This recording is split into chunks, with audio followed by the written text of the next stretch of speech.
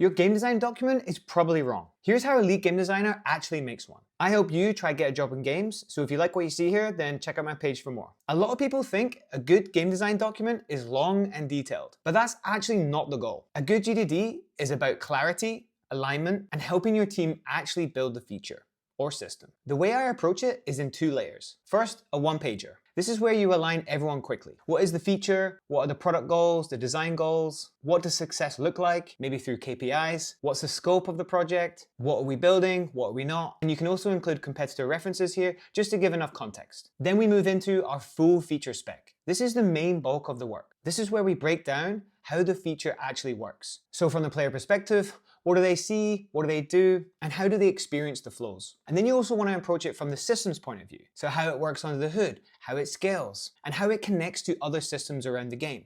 You want to approach it from the player perspective and then the systems perspective to get a really good rounded approach. And this is where you collaborate closely with the team, get dev insights, work with different developers to make sure the systems is flexible but still clearly defined so designers can build on top of it and art and tech know exactly what to deliver. You also want to include supporting material here, including screenshots, wireframes, diagrams, Excel sheets, anything that's going to help support you with creating this feature. And then clearly defining or calling out any other requirements across art, UI, UX, tech, QA, and how you can track this with data and analytics. The key thing to understand here is that different teams need different levels of detail. So some teams might be okay with a one-pager or a really lean document with not much detail. Others might want way more depth. So your job as a designer is to adapt and use the tools that support this kind of collaboration, whether it's in Notion, Google Drive, Figma, or any in-house tools. The best docs are easy to update